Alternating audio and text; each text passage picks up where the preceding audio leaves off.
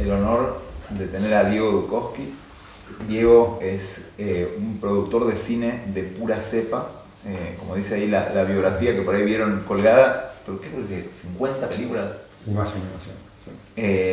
Que es algo raro, porque no quedan tantos, viste que ahora le dicen slashes a la nueva generación, que es como gente que hace de todo, pero vos siempre fuiste muy productor de cine, como algo muy enfocado en eso, que es una figura quizás que es de otra época, no podría pensar. Sí, puede ser. Igual intenté otras cosas. Digamos, quería jugar de 9 en Boca, pero bueno, no me dio. No se dio, no me llamaron nunca. Empecé a estudiar economía y me di cuenta que no era lo mío. Pero como 3 años en la facultad de Ciencias Económicas, iba de 7 de la mañana a 11 de la mañana, una tortura. Y después empecé a estudiar Historia del Arte, que no tenía, digamos, nada que ver con... ¿Cómo llegaste al cine? Bueno, la carrera de Historia del Arte tuvo una modificación en su plan y se convirtió en lo que se llamaba Artes Combinadas, había una especialidad, entonces estudiábamos cine, teatro y danza. Digamos, danza, había 2 materias que yo trataba de no hacer, bailo muy mal. Igual era un concepto más teórico, pero me acuerdo que en la facultad hacíamos algunos ejercicios vivenciales. La ventaja de Artes Combinadas eran que, no sé, 80 alumnos eran 75 mujeres. Y eso era como... me motivaba mucho ir a la facultad. Y después, paralelamente, empecé a estudiar cine en la escuela de Avellaneda. Viajaba 1 hora y media en colectivo para ir a estudiar cine a Avellaneda. ¿Puedo preguntar una pregunta picante? Sí. ¿De qué año estamos hablando? Y yo cumplo, el sábado cumplo 51. No parezco, por supuesto, parezco mucho más joven, pero... estamos hablando de, digamos, empecé a estudiar económicas en el 87, 1987, vos no habías ni nacido. De verdad. De verdad. Y empecé a estudiar Artes Combinadas y Cine en 1990. Que en ese momento en Argentina se hacían solamente 8 películas por año. Es decir, estudiar cine en ese momento era como hacer una carrera para ser taxista. Digamos, era muy común en ese momento, y se decía, estaba lleno de arquitectos, de ingenieros, que me manejaban taxis. Bueno, imagínate un estudiante de cine y de artes. Una escuela había. Sí, estaba la escuela del Instituto de Cine, que era muy restrictiva, y estaba esta Avellaneda, y había una privada en el centro. Sí, no, era rarísimo,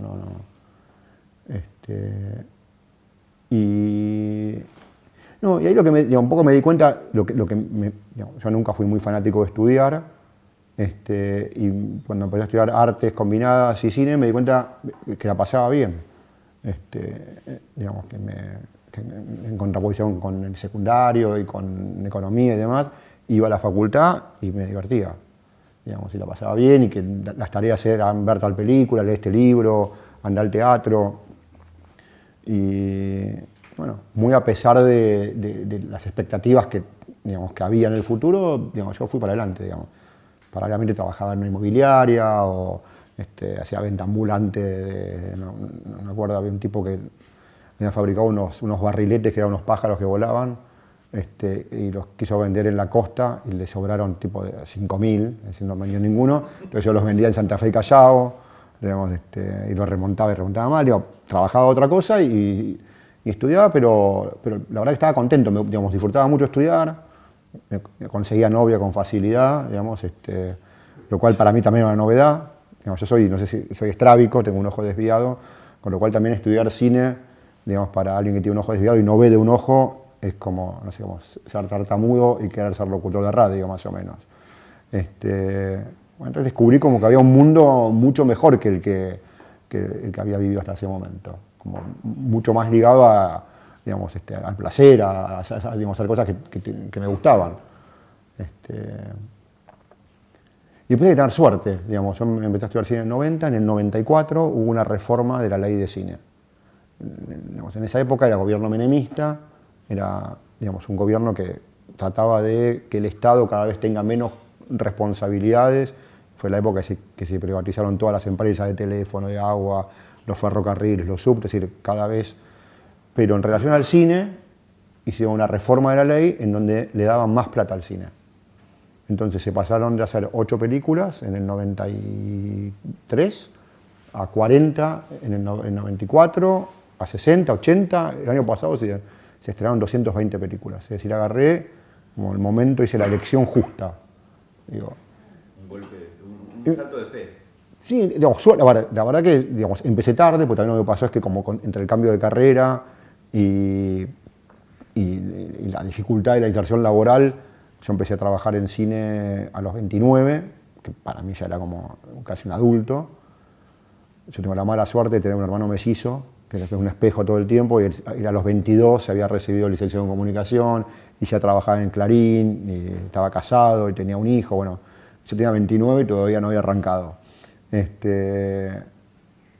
Y bueno, digamos, nadie se acerca al cine para querer ser productor. No, es como, de hecho, si yo les pregunto a ustedes, nadie sabe lo que hace un productor. Esa iba a ser mi segunda pregunta, que es, cuentes qué hace un productor. Ahora voy, bueno, yo tampoco sabía mucho, está muy asociado al que pone la plata, y eso es más o menos verdad, pero tampoco tanto. Y al principio quería dirigir como todo el mundo, es decir, nadie quería ser arquero en un equipo de fútbol, excepto excepciones. Bueno, nadie quiere ser productor cuando llega el momento de en la escuela de repartir los roles, quieren ser camarógrafos, directores, sonidistas, músicos. Nadie quiere ser productor, porque el productor es el que tiene que pagar la casa, ocuparse de la comida, del catering, de juntar la plata entre todos, digamos, el trabajo de limpiar la locación después cuando te vas. Si se rompió algo, te llaman a vos, es un trabajo muy desagradable. Y hice unos cortos, y la verdad que me pasaba es que no... Ser director de cine, como muchas otras actividades, implica un convencimiento de que uno tiene una historia para contar que vale la pena ser contada. Y sostenerlo en el tiempo, pues una película, digamos, no sé, si han visto un cuadro de Miró, el pintor Miró es un pintor español muy reconocido, se enojaba, tiraba 3 pinceladas contra una tela en 15 minutos, y después hubo un malentendido que los críticos decían que era muy bueno y vendía los cuadros en millones de dólares. Bueno, hacer una película implica, digamos, mucho tiempo y mucha energía puesta a escribir el guión, digamos, convencer a determinada gente que invierta en la película, los actores, filmarla, convivir con la frustración de que la película que uno se imaginaba no es la que pudo filmar, porque está lleno de limitaciones, como la vida misma, ¿no? Uno, digamos, hace no lo que quiere, sino lo que puede, ¿no? Por supuesto que está quien se esfuerza mucho y logra que lo que uno quiere y pueda esté más cerca, pero lo normal en el cine, como muchas otras actividades, es que lo que uno hace salga mal. Las películas, es decir, imagínense un grupo de adultos, todos juntos, poniéndose de acuerdo durante, digamos, 6 o 8 semanas, conviviendo 14 horas por día. Es imposible. Ya es difícil convivir con un adulto, ¿no? Imagínense y encima con mucho narcisismo, porque está vinculado al mundo del arte, entonces son todos almas sensibles, ¿no? Bueno, yo me di cuenta que no quería ser director, que ninguna de las historias que me interesaban me sobrevivían, escribía el guión y no me interesaba, digamos, a los 6 meses ya no me interesaba más. Y descubrí que tenía como cierta capacidad, digamos, para generar los proyectos. A mí lo que más me interesa del cine es el momento previo, la gestación del proyecto, y después la parte final, que es cuando se muestra la película, cuando se exhibe, cuando se comercializa. En el medio, cómo se hace, no me interesa mucho. No voy al rodaje, me aburre, hay que esperar, me pongo nervioso, no tengo mucho que hacer, ¿no? Entonces me especialicé más en eso, en, digamos, conseguir la plata, porque los productores de cine en el mundo, casi menos en Estados Unidos, no ponemos la plata de las películas, sino que la conseguimos. Digamos, en Argentina hay una ley de cine donde el Estado, digamos, subsidia, digamos, en algún sentido te da plata que no tenés que devolver para hacer películas, están los canales de televisión, hay la posibilidad de conseguir fondos en el extranjero, algún millonario que quiera ser productor de cine, ¿no? Digamos, es como una serie de malos entendidos, ¿no? Hay gente que le gusta perder plata con tal de cenar con un actor que le gusta, ¿no? Hay un productor que decía que separar a la gente de su dinero es el verdadero arte del cine.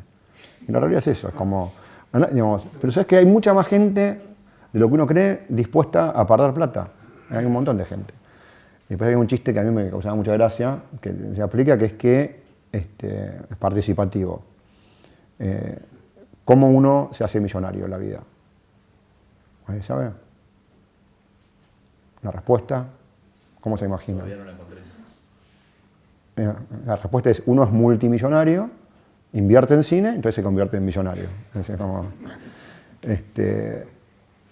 Es un negocio de altísimo riesgo, digamos, y tiene esta como doble existencia de lo artístico y lo industrial. Porque digo, un poeta se sienta en un bar, está triste porque lo dejó la novia y escribe unos poemas fantásticos y después los publican y el tipo le va bien. O un pintor, o Rodin, cuando hacía esculturas se enojaba, le pegaba con un martillo a una piedra y hacía una escultura. Digo, el cine implica todo un andamiaje y una cantidad de recursos, algunos absurdos, que son muy caros. Yo siempre cuento, por ejemplo, el cine es el único trabajo en donde la gente llega a desayunar, ¿no? Y el productor le tiene que pagar el desayuno. Entonces, desayuno, digamos, ¿qué les gusta desayunar a ustedes? ¿Cuál es un típico desayuno argentino? Facturas. Digamos, ¿el café con leche con medialunas? Bueno, no, en el cine no. No, mucha harina, entonces, jugo de naranja, frutas, galletas de arroz, si no. Pero la hora de trabajo empieza cuando la gente llega. A las 7 llegó, bueno, tiene media hora para desayunar. Desayuna. Después, 12:30, antes era 1 que para almorzar, 1 hora. ¿No? ¿Qué almuerzan ustedes? Una ensalada, a veces un yogur, si pueden un sándwich. Bueno, no, acá es entrada, plato principal, postre y gaseosa. Pero gaseosa no puede ser cualquiera, tiene que ser Coca-Cola porque si es Pepsi, por ahí a alguno no le gusta. Y después a las 5 de la tarde le pagás la merienda. Y si te pasás del horario, pagás horas extras. Es un absurdo enorme donde la gente trabaja muy poco. Parece casi como una oficina pública. Entonces, convivir con esa realidad, digamos, es todo un aprendizaje. Yo, digamos, al principio, todavía me pasa, sentía que era todo personal, ¿no? Nunca lo hice, pero me han contado en el mundo del management, del marketing, del mundo empresarial, te dicen que nada es personal, ¿no? Que para poder, digamos, que no tenés que perder la calma, que tenés que estar tranquilo, que, digamos, que no tenés que tomarte nada de manera personal, que, bueno, para mí es todo lo contrario, todo es personal. Y no, realmente creo que es la manera si no es personal, digamos, tenés una frialdad y una distancia con lo que haces, que al final, entonces para mí, si un tipo, digamos, me dice que va a gastar 10 pesos y gasta 11, es personal. Entonces me enojo. Digamos, si me alquila una cámara y no anda, es personal. Digamos, no es que... Entonces, encaré, digamos, mi carrera desde ese lugar, desde el lugar de que todo es muy personal, digamos, con un nivel de intolerancia muy grande, digamos, que no la recomiendo. Pero a mí me funcionó, digo, esa cuestión de que todo es contra mí, una cosa un poco paranoica, no sé si alguien acá la conoce, bueno, a mí me funcionó. Después me di cuenta con el tiempo que no están todos contra mí, que son unos cuantos, pero no todos. ¿Les pasa a todos, sí? Bueno, a mí también me pasa, a todos. Bueno, a mí me pasa todo el tiempo eso, después me di cuenta, ¿cómo?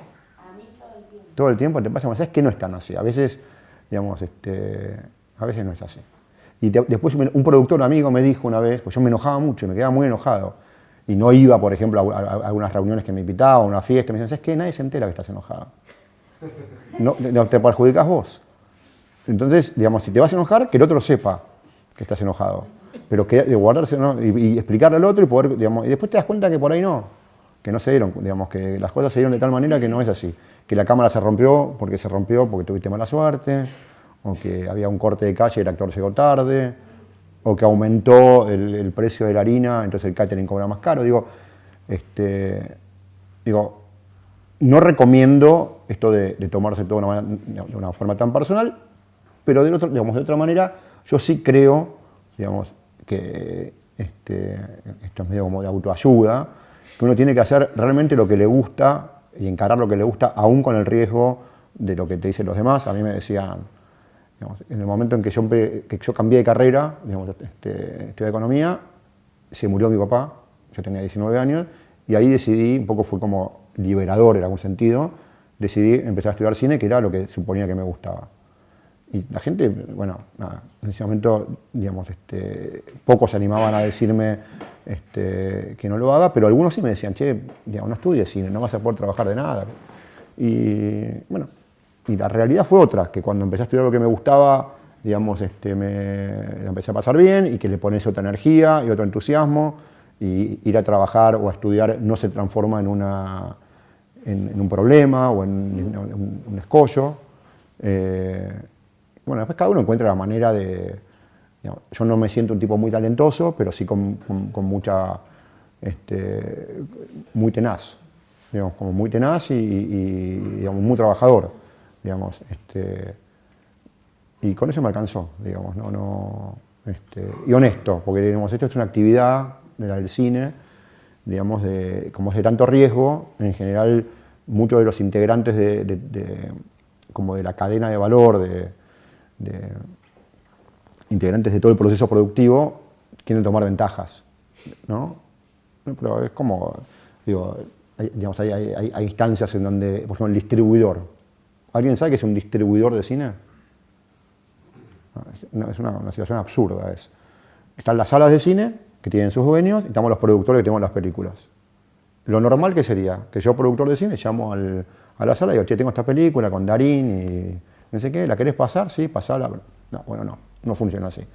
Hay empresas en el medio que se llaman distribuidores, que te cobran entre el 15 y el 20% de los ingresos, que no ponen nada, y que son los encargados de hablar con el cine. Y no te garantizan nada, ellos ganan siempre.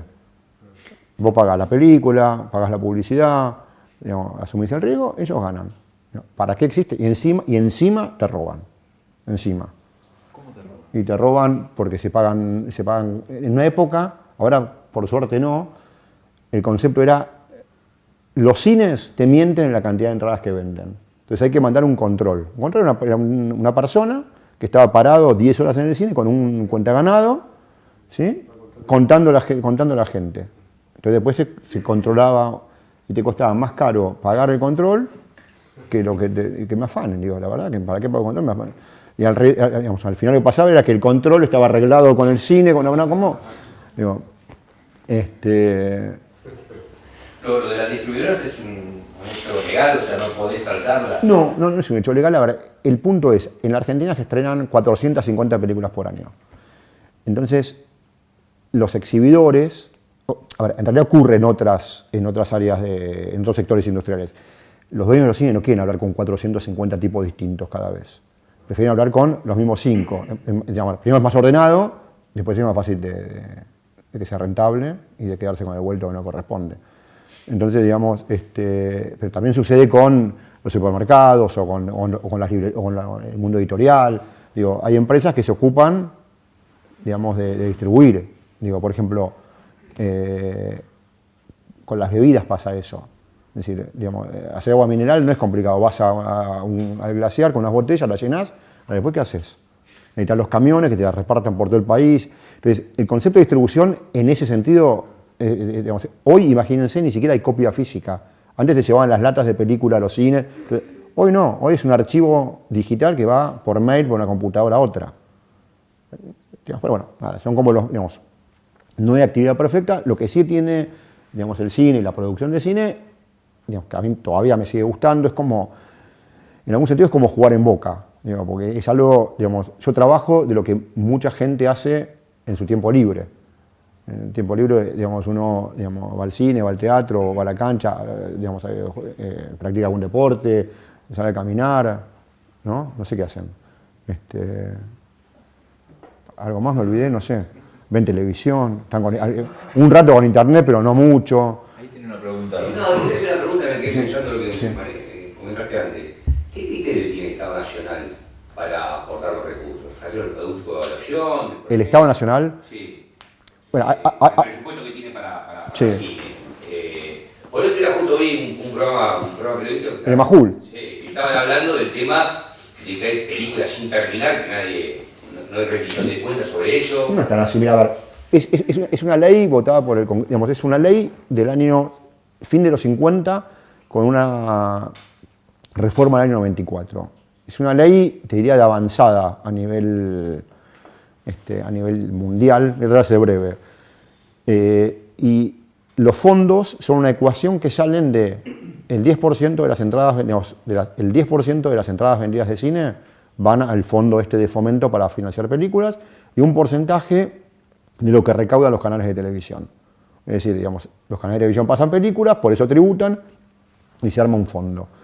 Después hay instancias de evaluación de los proyectos, digamos, integrados por guionistas, por actores, por directores, que evalúan digamos, la capacidad, los valores artísticos de esos proyectos. Y después, en función de cumplir con cierta normativa, digamos, que está vigente, accedes digamos, a esos fondos.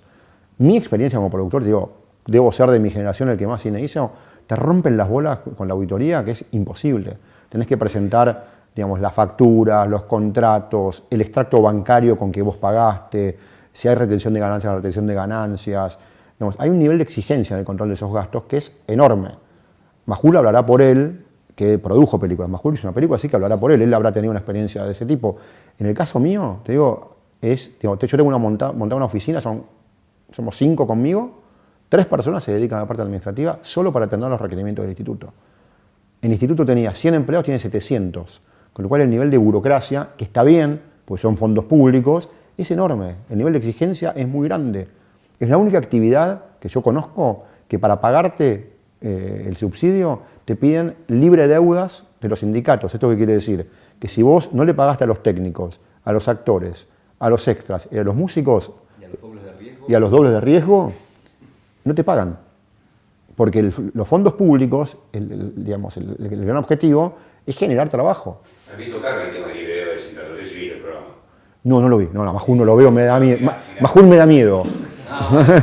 Le tengo miedo a Majul. Pero hablaba que el libre deuda es un uso y costumbre, no está reglamentado. El sindicato lo pide, hablaba justo de camioneros, no hablaban de... No, bueno, a ver, es un uso y costumbre, es hasta ilegal, pero digo, cuando manejás fondos públicos, yo no me niego, a mí me parece bien. Digamos, podría funcionar como un elemento extorsivo, es decir, yo te reclamo una deuda y vos me la pagás pero sabes que no sucede eso. Digamos, rara vez sucede eso. Yo te lo digo, es como, y trabajo empecé a trabajar desde el 94, ¿cuánto es? Como un montón ya, ¿no? 24 años. Ni me lo digas. Un poco menos. El comité de evaluación que analiza el proyecto. Comité, evalúa el proyecto, pero aparte la plata te la dan al final, con lo cual vos tenés que conseguir la plata antes para hacer la película. La plata te la devuelve el Estado una vez que la gastaste. 2 años después. Digamos, a ver, hay un montón de beneficios, pero por eso el cine argentino tiene 220 películas, está en todo el mundo, y digamos, se vende afuera. Digamos, no sé, yo le he vendido películas a Netflix, entonces entra esta preocupación que tienen todos los gobiernos del ingreso de inversiones. Bueno, ingresan dólares por las ventas afuera, muchas, y el cine es puro valor agregado. ¿Esto qué quiere decir? Te diría el 80% de lo que se gasta es en mano de obra. Digamos, no es que se compre, como no sé, cuando en Ushuaia están las ensambladoras de celulares, ¿no? A mí me robaron el otro día el celular, tuve que comprar uno nuevo. Acá dice Industria Argentina, mentira. Traen todos los componentes de afuera y los ensamblan acá. Es decir, valor agregado cero. Si esto cuesta 2.000 pesos, vienen 1.800 de afuera y 200 es mano de obra. Bueno, el cine es al revés. Es un 80% de valor agregado. Entonces, realmente es una actividad que funciona y que genera una actividad económica, digamos, muy genuina, porque si no... Y encima también hay una cuestión que es más cultural. ¿Quién de ustedes conoce Nueva York? Bueno. Yo no conocía Nueva York. Ahora, cuando llegué y me bajé del avión y el taxi entró en Manhattan, yo sentía que la conocía, que era mi barrio. Conocía todos los taxis, cómo eran, cómo se vestía la gente, digamos, cómo comer, digamos, cómo pedir la hamburguesa, los locales. Bueno, al año siguiente fui a San Luis a dar un curso de cine. No tenía ni idea cuál era la comida típica de San Luis. ¿Cuál era la comida típica de San Luis? ¿Saben? No, igual no tiene, me parece. Pero lo que digo es, el cine es una manera de, digamos, vender una cultura, digamos, y de vender, digamos, otro tipo de productos. Los americanos lo tienen clarísimo. Los americanos es las armas y el cine. Primero armas te venden, y después te venden el cine. Y con el cine te venden todo lo demás. Una forma de comer, una forma de vestirse, un tipo de música, las bebidas, todo, todo. A ver, escúchame, está tan globalizado. Starbucks, te venden Starbucks, hay un capítulo de Los Simpsons muy bueno que son todos locales en los Starbucks. Bueno, acá falta poco. Entonces, digo, el cine tiene eso, tiene como una forma de ser, te vende. Una forma de ser, sí, totalmente. Tiene un ejercicio muy bueno. Una vez un amigo que no es del cine me lo dijo, estábamos hablando de las grandes esferas de poder del mundo, fuera de las armas, que son claramente la política, el fútbol y el cine. Sí. Abran ahora, cualquiera de ustedes puede abrir, digo, si van a la computadora, abran el diario, la primera plana va a hablar de tres cosas, de política, de fútbol y de estrellas de cine. Es impresionante el poder que se maneja, digo, el evento más visto en la televisión mundial es el Oscar. Nos llenamos la boca hablando de qué hicieron las celebridades, que en última instancia lo que las valida es el cine o la televisión. Entonces es impresionante lo que decís vos. No, porque lo que están vendiendo es un modo de vida, es un estilo de vida, digamos. Y, a ver, no es que nosotros vamos a imponer que coman choripanes en vez de hamburguesa, ni las boleadoras, pero sí hay una cuestión que tiene que ver con cierta defensa de la identidad, digamos, cierta diversidad cultural, digamos. Cuando el Estado pone plata, digamos, la ley por lo menos lo plantea de esa manera, la pone cuidadosamente, con muchos controles, pero también con un espíritu de conservar digamos, las costumbres y la mirada local. Digo, después uno podrá decir si los comités y las pruebas que se hacen están bien o están mal, digamos, podremos discutir si los subsidios tienen que ir a una película, digamos, que produce, no sé, Canal 13, digamos, o a la película que filman en la Mesopotamia, digamos, hacheros misioneros. Digo, si la plata tiene que ir a aquel que no puede conseguir recursos, o tiene que ir, que es un poco lo que Majul dice, esta película la vieron 200 personas. Bueno, ¿es un valor en sí mismo cuánta gente la ve? Para mí no. Sinceramente, para mí, digamos, el Estado tiene que estar donde el sector privado no le interesa. En la Argentina de los últimos años, los últimos muchos años, digamos, más allá de lo que uno piense, el Estado se fue retirando. Había 80.000 kilómetros de vías de trenes, ahora hay 8.000, digamos, digamos, los servicios públicos funcionan de otra manera.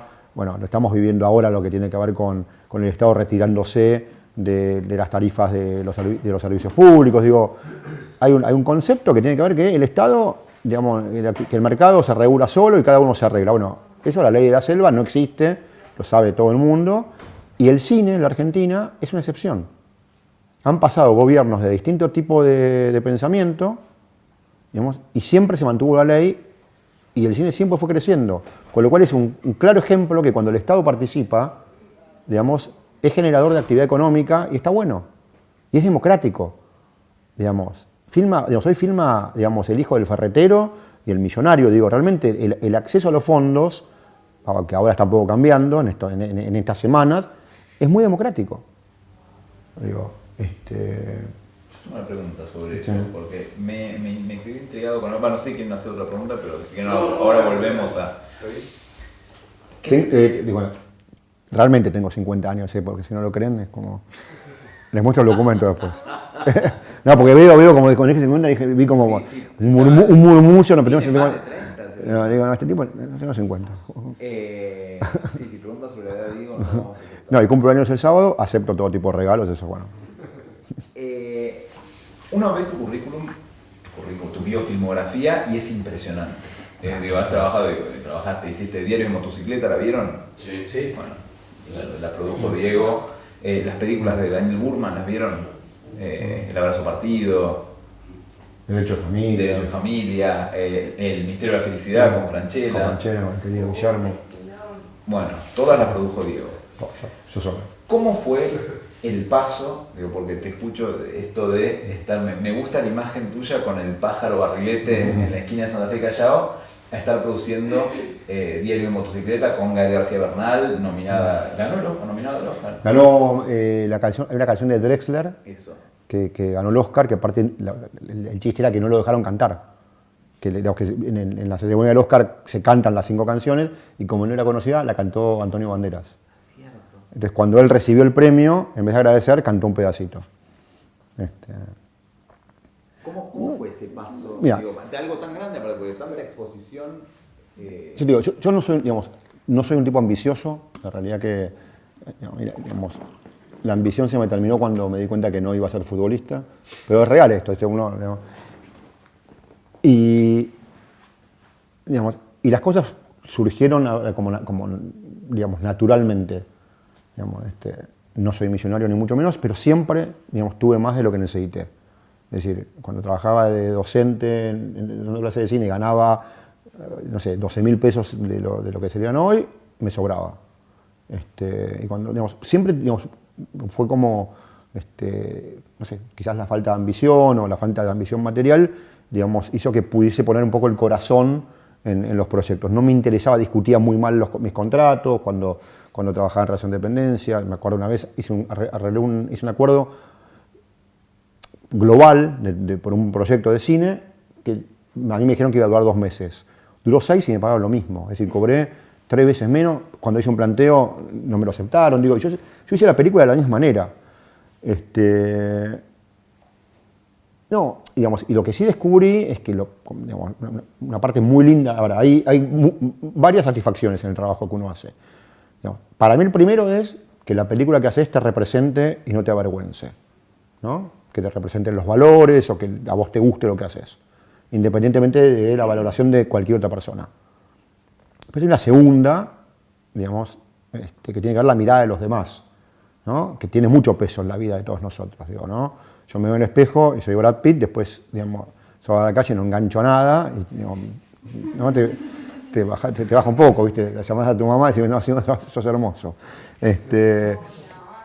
La mamá sí, bueno, por eso, pero, digamos, por más que, digamos, pero a mí igual, lo primero es mirarme en el espejo y decir, bueno, ¿sabes qué? No está tan mal. Eso lo segundo, digamos, la mirada de los demás en el cine tiene que ver, por un lado, con la crítica, digamos, la gente, que los críticos digamos, de cine valoren tu película o que los festivales internacionales la inviten. Digamos, eso es un halago y tiene un valor que para muchos es importante, para mí es importante.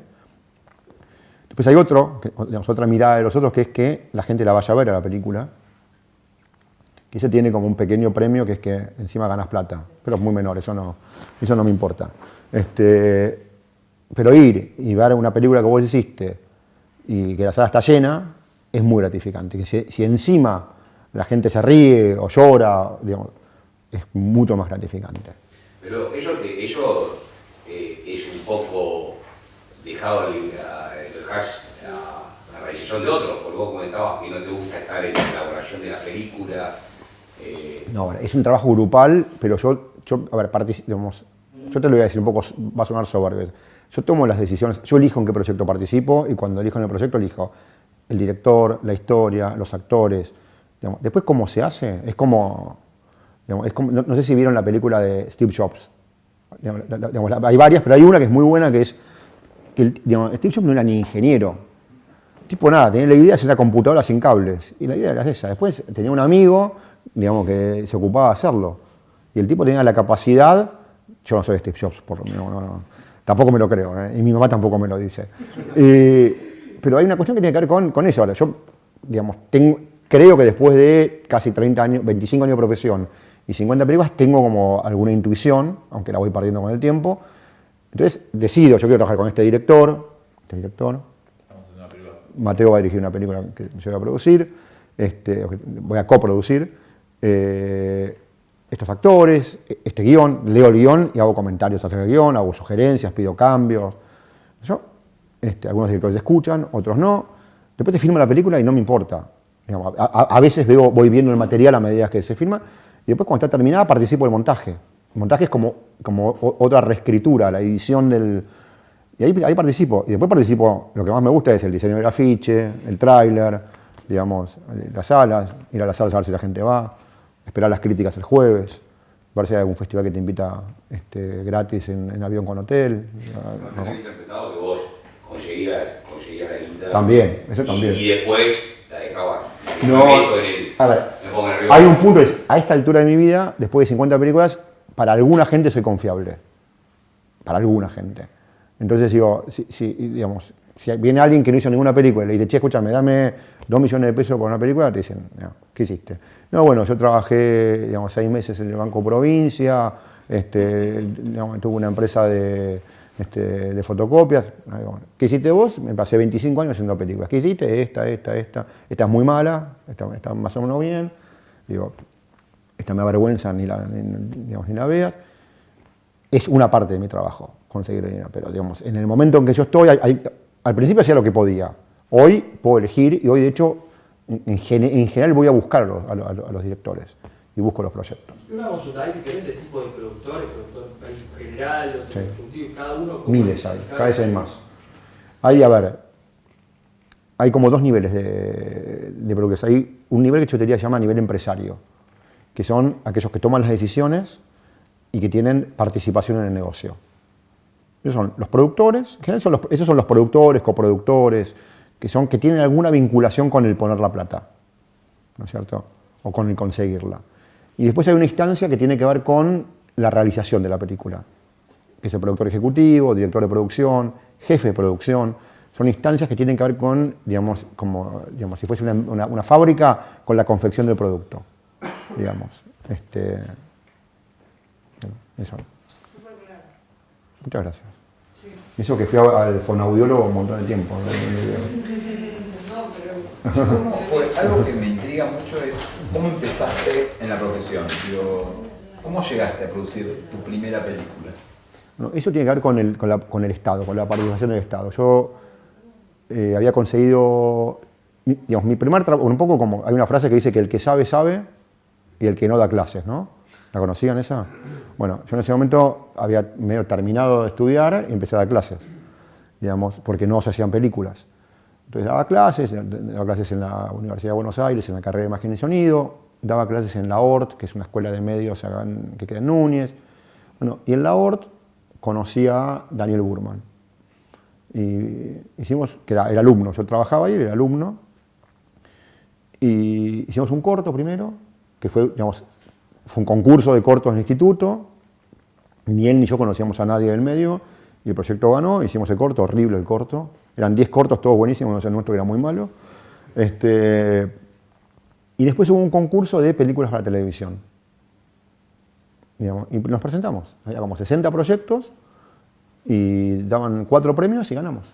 ¿Qué es un crisantemo? Un crisantemo, y que con eso hicimos la primera película, con los fondos públicos, después conseguimos, aparte era una época milagrosa porque, digamos, también era el entusiasmo, esta cuestión de creer que uno puede. Digamos, segunda lección de autoayuda. Digamos, ¿cuándo uno puede hacer una película? Cuando se anime. Digamos, la sensación de estar preparado para hacer una película no llega nunca en la vida.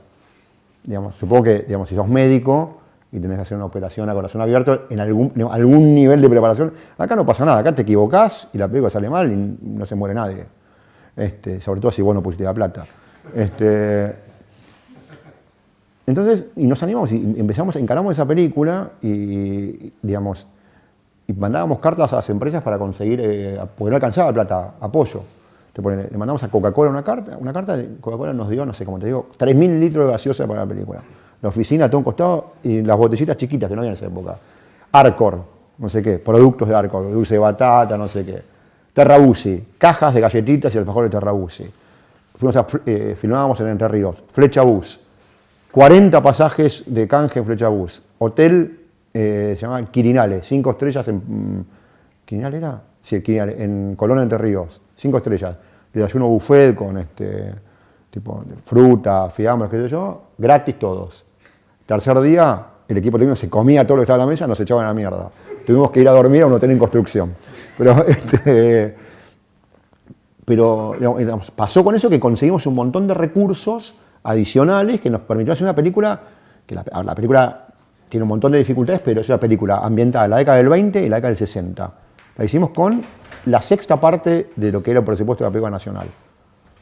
Teníamos una voluntad, laborábamos 16 horas por día, la gente que trabajaba eran estudiantes de cine que querían filmar, entonces trabajaban un montón, no le pagábamos una hora extra a nadie, a la noche nos sobraba tiempo para ir al casino, encima nos iba bien, fue como medio milagroso y como se hacían pocas películas en Argentina y la película tenía mucha personalidad, viajó mucho internacionalmente.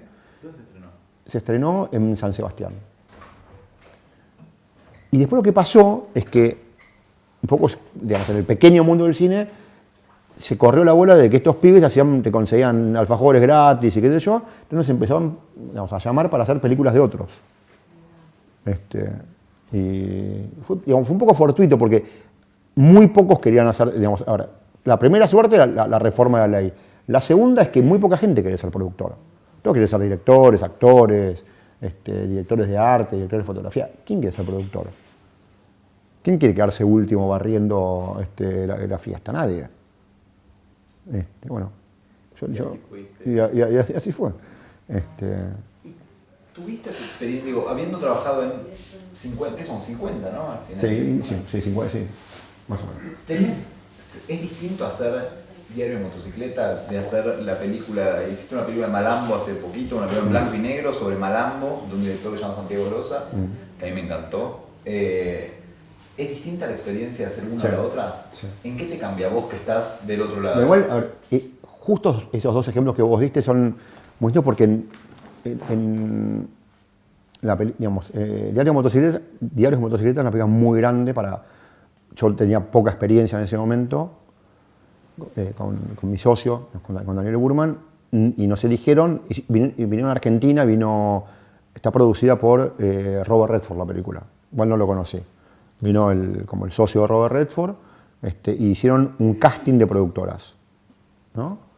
Y eligieron a los dos más pichis que podían manipular más fácilmente, éramos mi socio y yo, que éramos muy jóvenes, que estos dos boludos, y poco fue así, nos cachetearon, fueron 2 años y medio de mucho padecimiento, había nacido mi primer hijo, digamos, yo me estaba filmando, no sé, en la Patagonia, y me llamaba mi mujer que se inundaba la casa, digo, fue como era el director, la película tenía una contradicción muy grande que tiene que ver con que es la historia de quizás el mayor revolucionario de la historia, o de la, digamos, si son creyentes, si creen en Cristo, tal vez Cristo, ¿no? Pero bueno, Che Guevara hasta ese nivel más o menos, producida por un canal de televisión inglés y por Robert Redford, digamos, hay una contradicción como medio. ¿Y cuál es la disciplina artística más burguesa que hay?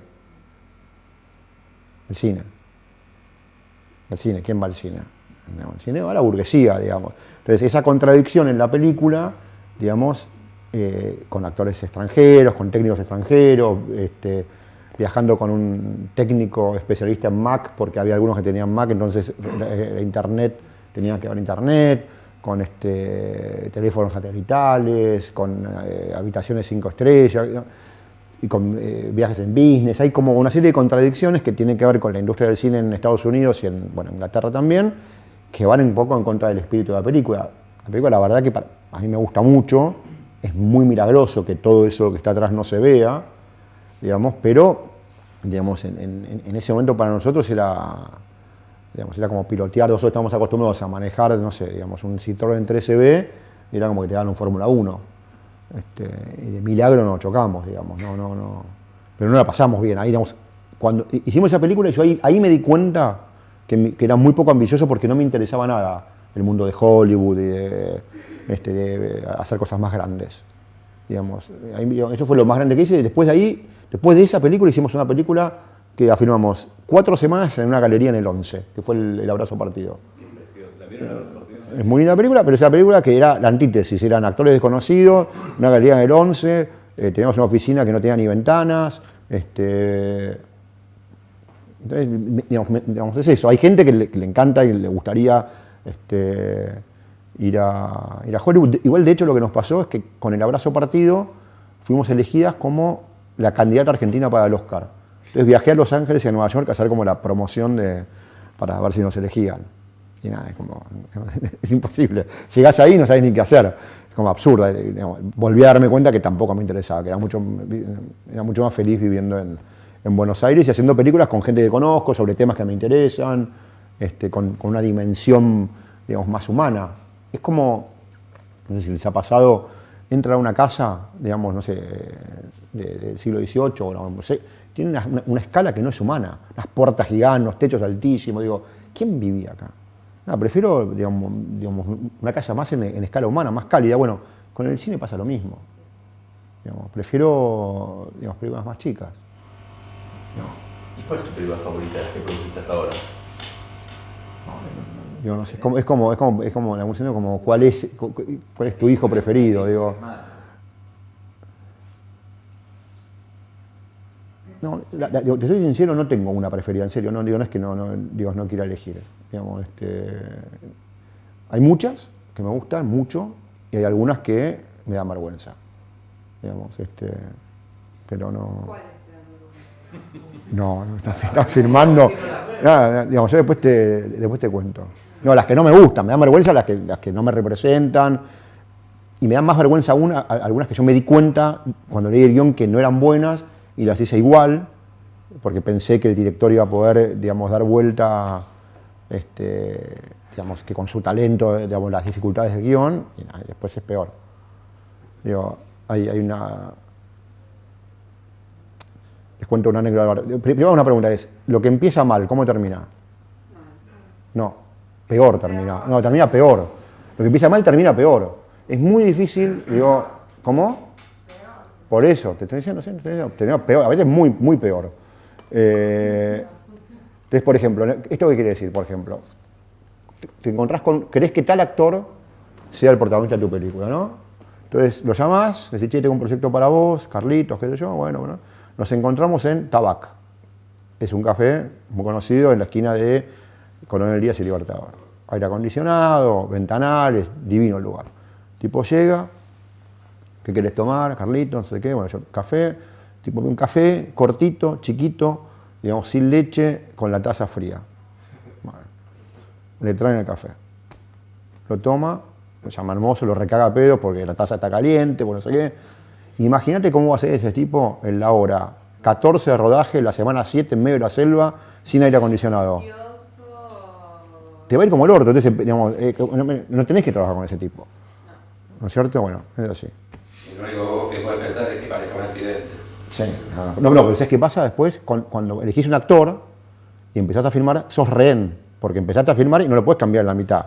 Excepto, sos rehén de ese actor, de los técnicos, de todos los colaboradores. En la vida un poco también pasa lo mismo, ¿no? Te casás con alguien y bueno, hay salidas, ¿no? Pero son como... ¿no? Que parezca un accidente. También, bueno, es eso. Pero hay gente más optimista que yo y con más capacidad que, digamos, que cree que lo que empieza mal puede terminar mejor. Yo creo que no, yo soy más de como el amor a primera vista en todo. Y te hago otra pregunta, porque tuvimos un montón de cineastas que vinieron a hablar acá, Sí. y siempre hablamos mucho de la parte artística. Sí. Vos, porque uno, en general, el lugar de productor parece quedar un poco relegado, cuando también, digo, por todo esto que vos contabas, es quien hace la película. ¿Vos sentís que es un lugar artístico el tuyo en las películas? Ahora, no, está bien la pregunta. La respuesta es sí. Sí, pero, digamos, para mí, digamos, lo que yo hago es un trabajo. Digamos, yo vivo lo que hago, digamos, no es que yo vivo lo que hago y necesito trabajar para pagar las expensas de mi casa y el prepago y si quiero comer afuera o me quiero comprar un pullover, digo. Entonces, para mí lo primero es el trabajo. Y pongo eso por arriba de cualquier otra, digamos, otra característica de lo que hago. Entonces, esta cuestión del artista, digamos, no creo en el artista iluminado, creo en el artista que trabaja, creo en el artista que es flexible en relación a las posibilidades. Digo, yo trabajé con gente que dice, vamos a firmar una charla en una institución. Bueno, venimos acá, dos sillones, las sillas azules, 12 extras. ¿Sabes qué? No me gusta así. Vamos a dar vuelta a todo. Así. La puerta esa, ponémela acá, pintame todo de rosa con unos diablitos dorados, las sillas azules no las quiero, tráemelas, tapizámelas todas de rojo. ¿Por qué? Digamos, muchas veces digamos, la idea del artista iluminado, digamos, lo que termina generando es una producción como de dogmática. Es como si fuese una religión. La puerta no puede estar acá porque tiene que estar allá. ¿Y por qué? Porque la veo así.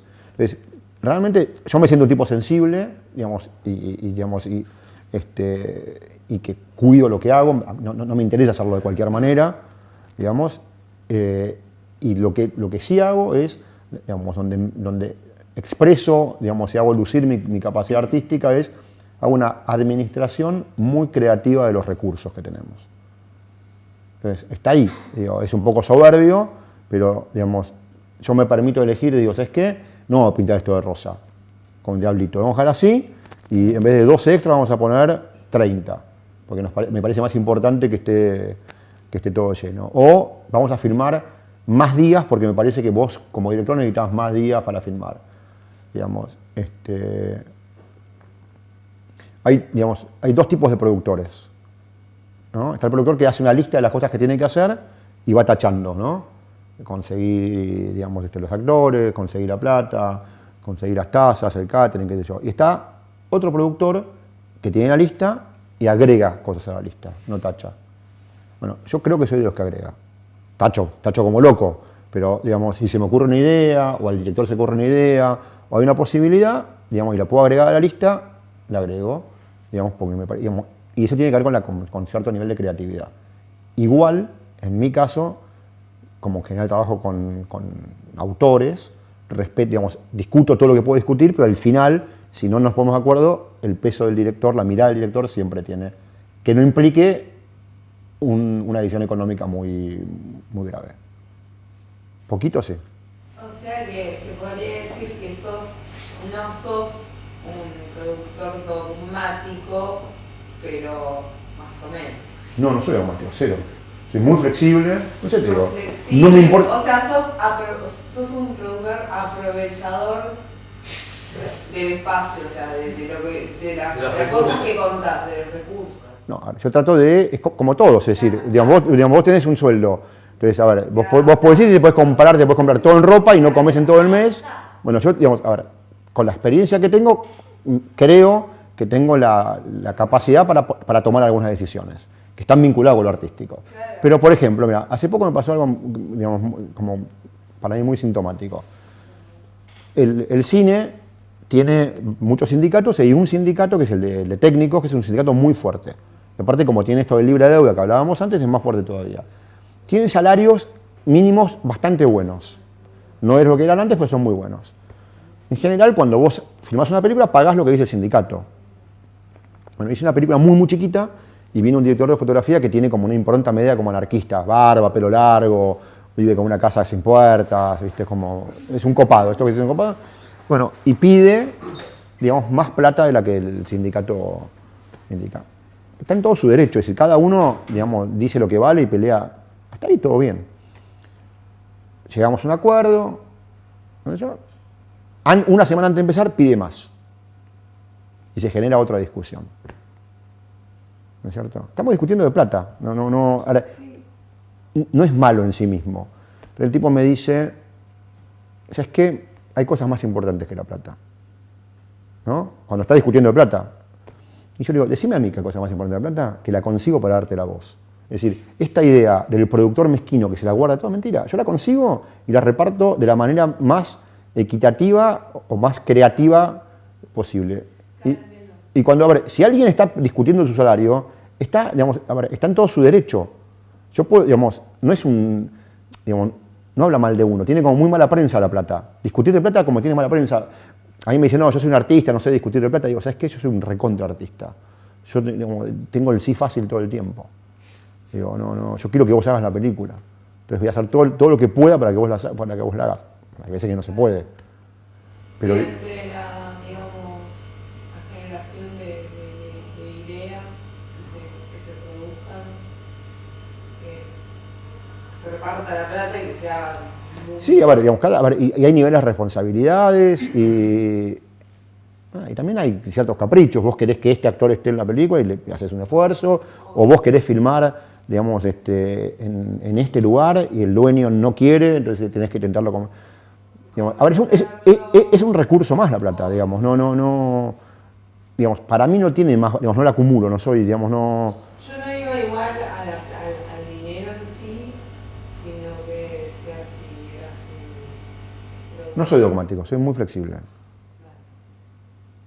Todo lo flexible que puede ser un tipo de 50 años, aunque no lo creas.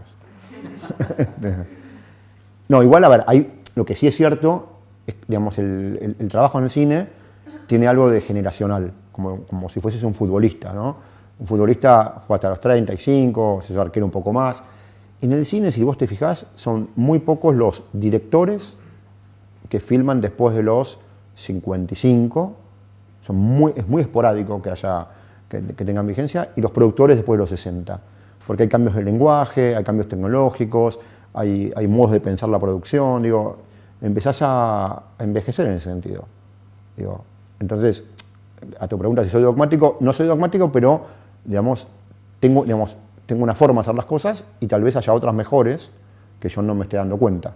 ¿Te consideras minucioso? No. O sea, es que no, yo soy muy ansioso y prefiero que las cosas se hagan a discutir. Es decir, digamos, llega un momento en donde no me importa cómo se hacen las cosas, pero que se hagan. Okay. ¿Eh? No, pero lo que pasa, está lleno de gente en el cine, tengo un guión. Entonces tengo miedo de dárselo a no sé quién porque tengo miedo que me roben la idea. A mí no pasó nunca eso. Nunca pensé que tenía una idea que alguien me podía robar. No se me ocurre. Ojalá me la roben. Y mete una bomba, es un negocio espectacular. ¿Quién te va a robar una idea? Es como, está lleno de gente. No, pero esos son mecanismos en el cine y en la vida que uno pone para no hacer las cosas. ¿No? ¿Tenés una idea? Mostrala, digamos, exhibila. Es mucho más fácil, no, me la van a robar, no la muestro. Bueno, no la muestre. Bueno, eso responde a mi pregunta. Sí, bueno, me alegro mucho.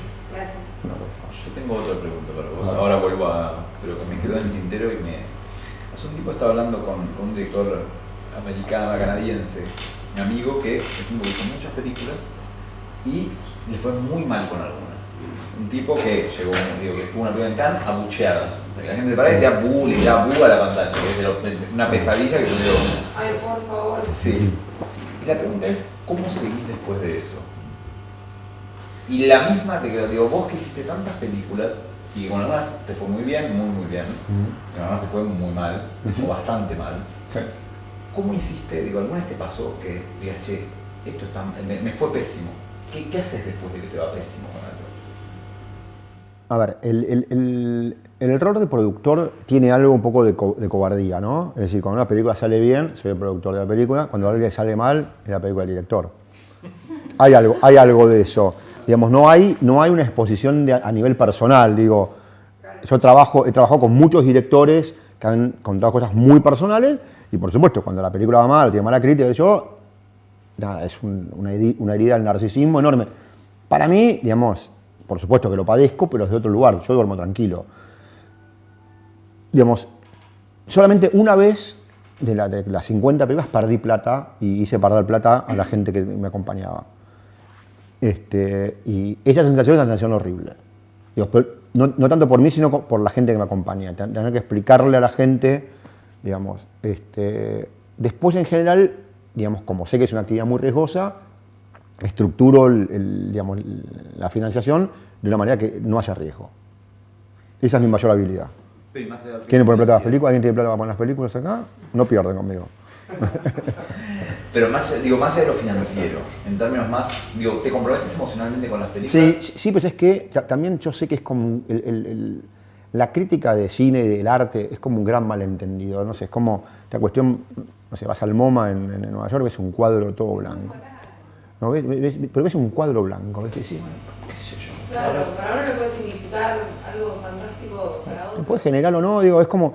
Y en el cine pasa lo mismo, ves un tipo, hay una película que es real, un tipo que corta árboles 70 minutos, y la crítica le pareció una cosa maravillosa, digo, no sé, parecía que me están tratando de boludo.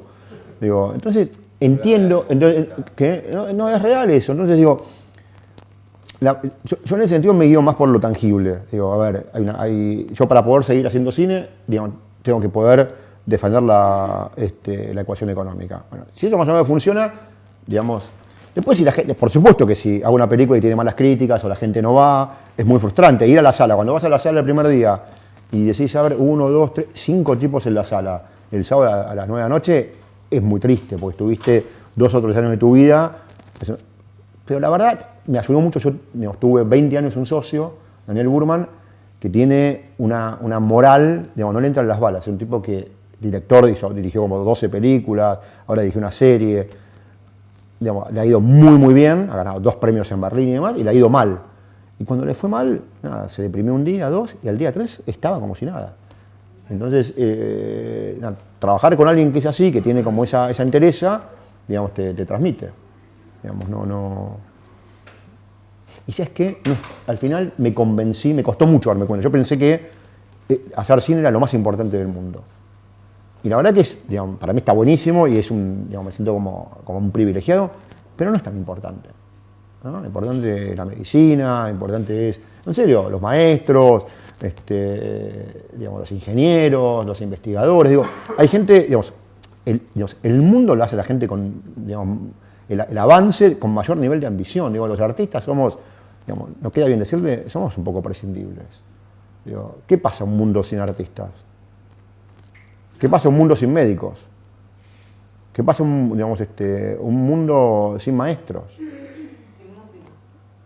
Bueno, la música sí, mejor. Bueno, ahí te doy un poco. Yo, digamos, soy sordo, pero sordo en términos musicales, pero sí tienes razón. Sí, la música es verdad. Sí, pero el cine creo que es lo más prescindible al final. El cine es más prescindible, sí, que de hecho, no sé, digo, también hoy hay toda una revolución en términos de imágenes, que es esta cosa de que todo el mundo filma todo el tiempo, y entonces que el valor de la imagen como diseñada tiene un poco menos valor, tiene más a veces uno ve en internet cosas que pasan en todo el mundo y tiene un nivel de valor testimonial y emocional totalmente, que cuando tenés que competir con una película y vas a ver una película, digo, te parece falso, digamos, ¿no? Bueno, no sé si les pasa eso a ustedes, ¿no? Como, había un programa en televisión que se llama Policías en Acción, no sé si lo vieron alguna vez, que era como, después, claro, después veías eso, después, ¿qué película policial, digamos, podía tener más verdad que eso? Ninguna. Ninguna. Un nivel de verdad que es como, es incomparable. Y pasa, digamos, en muchos otros aspectos, ¿no? Bueno, eso. ¿A qué nos dedicamos ahora? ¿Alguna pregunta más? Tengo 50 años, sí.